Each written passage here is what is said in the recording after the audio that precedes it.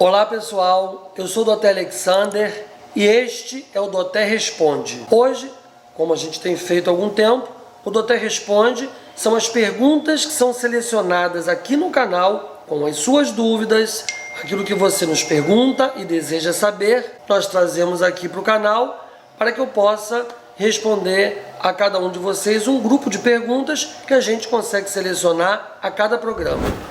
E respondendo agora a pergunta da Cristine Cassis Rodrigues, e vou aproveitar também e responder da Graça Cruz, que é bem parecida e a gente consegue responder as duas. A da Cristine é: bênçãos, pai do Dr. Alexander. Uma pessoa que faz o santo errado, por exemplo, põe o santo errado, estou lendo como está aqui a pergunta, que nem existe no meu ori, como fica errado mesmo, a vida indo para o esgoto? Abraço do até, gratidão. A Graça pergunta: existe feitura de santo errado? Como proceder nesse caso? Como fica a vida da pessoa que passa por isso? Bom, duas situações bem parecidas, né? Em que a primeira coisa que eu quero explicar é a seguinte: é a questão orixá errado. O orixá nunca vai ser errado na vida de ninguém. Se houve algum tipo de erro, foi do sacerdote que viu aquele orixá para aquela pessoa como orixá ou olori. Porém, eu digo a vocês uma coisa: orixá é uma divindade, vamos colocar assim, uma força muito inteligente da natureza, que jamais vai prejudicar uma pessoa que é seu devoto. Diga-se de passagem, na Nigéria, nós podemos ser iniciados, e algumas pessoas devem, para alguns orixás, como eu sou um exemplo hoje, que sou iniciado para alguns orixás e também algumas divindades, tais como, exemplo, Egungun.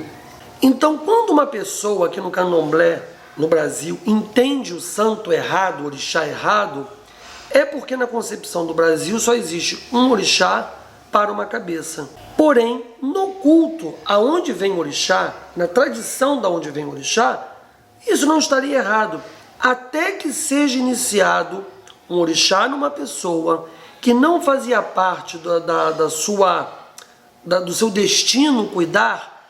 Mal, gente, não vai fazer. Sabe por que eu digo que não vai fazer? Primeiro, que divindade, força, orixá, deuses não fazem mal a ninguém. Quem faz mal somos nós humanos a nós mesmos e a vida do outro. Uma divindade colocada erroneamente, estou usando a palavra que se entende melhor aqui no Brasil, no ori de uma pessoa, ele vai ajudar no que pode.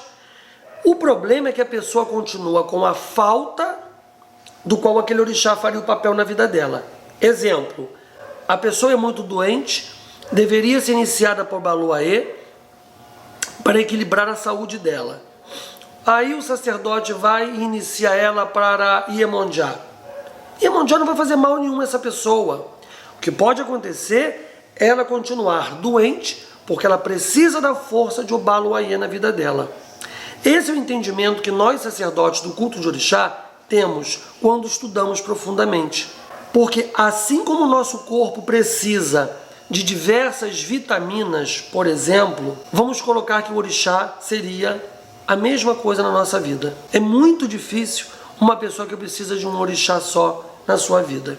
Por isso, no Candomblé, algumas pessoas se iniciam e têm diferentes ojubós, assentados para ela. Traduzindo para o português, o chamado carrego. Eu tenho um carrego com vários orixás.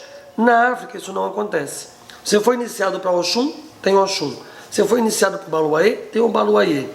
Então, de uma forma ou de outra, aqui acaba se compondo, digamos, a vida espiritual de uma pessoa, mesmo que dessa forma. Raspa um e tem os outros para cuidar. Olha que aqui, inclusive no Brasil, eu vejo muita gente que tem orixá em excesso, ele nem precisava ter. Porque na hora que essa pessoa faz a obrigação, a primeira coisa que ela reclama: ai, quanto bicho, quanta comida para alimentar. Quero deixar claro que o conceito que eu falo aqui é de orixá. Não interessa se você segue candomblé, se você segue iorubá, a gente tem que começar a parar com isso, como se o orixá fosse, os orixás fossem forças diferenciadas dependendo da nação, que fossem inimigos dependendo da forma de você cuidar. Isso está meio que se instalando aqui no Brasil e essa é completamente falta, às vezes, de cultura e discernimento de algumas pessoas. Quando você entende que nós somos humanos, ponto. O orixá é uma força da natureza divinizada, ponto. Em que você cuidar, em que você fazer uma oferenda, um ebó, não vai te fazer mal nenhum. Eu vejo pessoas, Doté, eu fiz uma oferenda para Iemonjá, eu sou de Oxalá e eu tive dor de cabeça. Não, você teve dor de cabeça porque você tinha que ter, porque a sua cabeça está com algum problema. Não tem a ver com Iemonjá, não tem a ver com Oxalá. As pessoas têm que parar de atribuir malefícios a orixás. Malefício quem traz são forças ruins que compõem às vezes o corpo de uma pessoa, a falta de bori, onde a cabeça está fraca e ela culpa o orixá. Eu vejo aqui demais no Brasil, pessoas com pouco conhecimento ou com conhecimento deturpado, falando muita besteira do culto de orixá. Pessoal, aprenda uma coisa, vou colocar de uma forma mais simples. Orixá é luz, é vida, é ajuda. Você nunca vai estar cultuando um orixá errado. Errado somos nós, seres humanos. O orixá na sua vida sempre vai ser bênção. Espero ter respondido. E agora vamos para a próxima pergunta. A Janaína me pergunta aqui, Janaína Figueiredo, Doté, boa noite. Minha dúvida é a seguinte: existem pessoas feitas de Yami conforme temos filhos dos demais orixás? Boa pergunta, hein, Janaína? Bom, Janaína, continuo falando que a forma de interpretação aqui no Brasil é errônea. E a colocação de alguns sacerdotes para alguns rituais também é errônea. Na África, onde vêm as iniciações, né? O orixá não é feito na França, então tem que parar com esse negócio de que fala tanto de África. Eu não conheço que o culto de orixá começou em outro lugar, mas enfim, vamos lá. Se você entende que a força de Yami está presente em todos os seres humanos, você entende que as pessoas que precisam se estreitar com o culto de Yami, elas passam por um preparo chamado Imulé, que é um pacto. Aí vamos a uma explicação dentro da explicação. Quando nós falamos em Imulé, em pacto, depois um monte de pessoas me chamam em box, Doté, o senhor faz pacto? Doté, o senhor faz pacto? Porque a palavra pacto aqui no Brasil virou aquele antigo pacto com o diabo para obter dinheiro e riqueza, que as pessoas até atribuem a alguns artistas, né, a pessoas que crescem na vida. O Imulé, o pacto com o Yorubá é diferente. O pacto, a palavra pacto é, o que é você pactuar com uma pessoa, com uma divindade? É você firmar um compromisso com aquela divindade em que você vai cuidar para ter uma vida melhor. Agora, você não vai fazer Imulé, pacto com Yami, para você poder ter riqueza, porque Yami vai te mandar trabalhar. Quem não trabalha não vai ter riqueza, a não ser que venha de família rica e tenha herança. O pacto Imulé, seja com qualquer divindade, é para você prosperar a partir do que você faça. Ok? Então isso foi uma explicação dentro da explicação. Quanto ao filhos de Yami, não. Não existe filhos de Yami, por quê? Todo ser humano já é filho de Yami. Se a palavra Yami quer dizer minha mãe, eu venho da onde? Da minha mãe. Você veio da onde? Da sua mãe. Não existe alguém que não venha de uma mãe, Ah, mas eu sou homem, mas eu vim de um útero. Yami não rege só o útero. Muitas pessoas não sabem que o sangue quente circulando na veia também é uma regência de Yami. Por isso, pessoas atacadas por Yami, com problemas, muitas infecções. A gente tem que entender que o funcionamento do corpo, metabolismo, ele também tem a regência de Yami. Quando o corpo para de funcionar, que uma pessoa morre, automaticamente ela começa a putrefar, em que bichos vão surgir do corpo dela, também é um processo ligado ao culto de Yami. Existem muitos aprofundamentos e desdobramentos no culto de Yami que só as pessoas que cultuam e estudam profundamente em fontes seguras vão conseguir entender. Então, entenda que todas as pessoas são filhos de Yami. Todo ser vivo veio de uma mãe, no caso humano, veio de uma mãe. Então, nós temos Yami na nossa genética espiritual, na nossa espiritualidade a todo momento. Nós temos que ter cuidado, e eu faço muito isso aqui no canal, tentar abrir os olhos das pessoas que estão caindo em mãos aí errôneas, pessoas sem escrúpulo, vendendo iniciações. Quando se fala então a palavra pacto, vocês não têm noção da quantidade de pessoas que eu já recebi que me perguntando como é que faz o pacto, o senhor faz pacto? Eu não faço pacto de ninguém com ninguém. Uma das coisas mais sérias na espiritualidade iorubá é você precisar fazer um pacto com essa divindade. As pessoas têm que entender que o culto na Nigéria, o culto sério na Nigéria, não é esse oba-oba de qualquer um que quer. A gente vai lá e vende, cobra e faz. Não. Quantos me procuram? Ah, doutor, o senhor tem os preparos de Yami, eu quero... Eu falo, olha, cuida, bebe as magias, usa as proteções, usa os sabões e vambora, e você prospera. E eu tenho muita gente que me segue prosperando com o culto de Yami. Sem essa moda, esse frenesi que está de Yami aqui no Brasil. Cuidado, culto é coisa séria.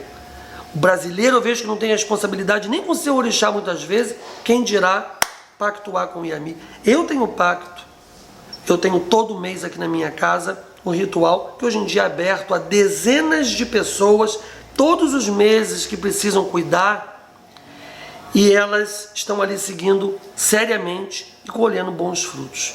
Então, primeiro, tente conhecer através de um sacerdote sério esse culto, antes de pedir o que me pedem às vezes por aí, porque você vai acabar achando alguém que te venda isso erroneamente, em que você nem precisa, tamanha força para a sua vida. Cuidado. E um alerta para as pessoas que são sempre atacadas por Yami, estão sempre abrindo o jogo e sempre estão cuidando de Yami.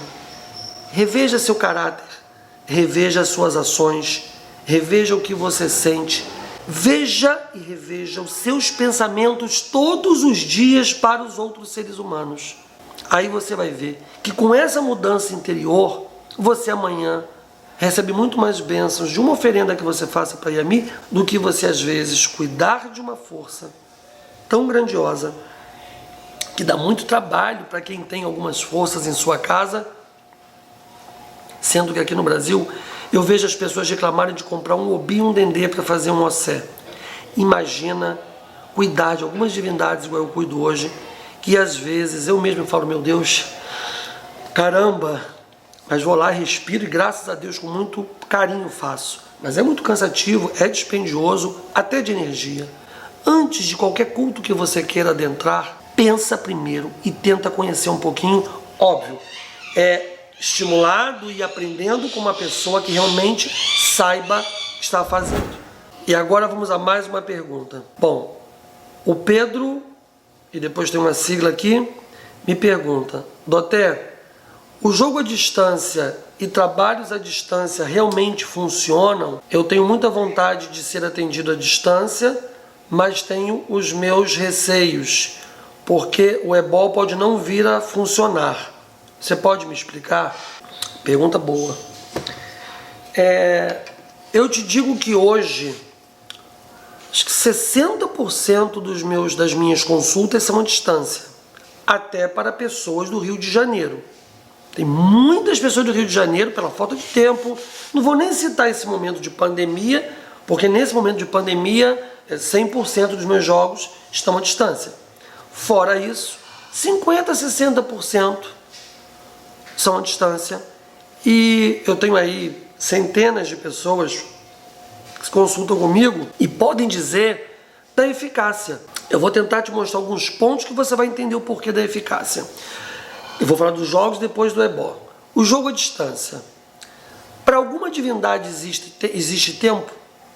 Se você senta pessoalmente comigo, eu jogo e falo as coisas, uma divindade buscou o que está acontecendo, ou já aconteceu, ou vai acontecer com você.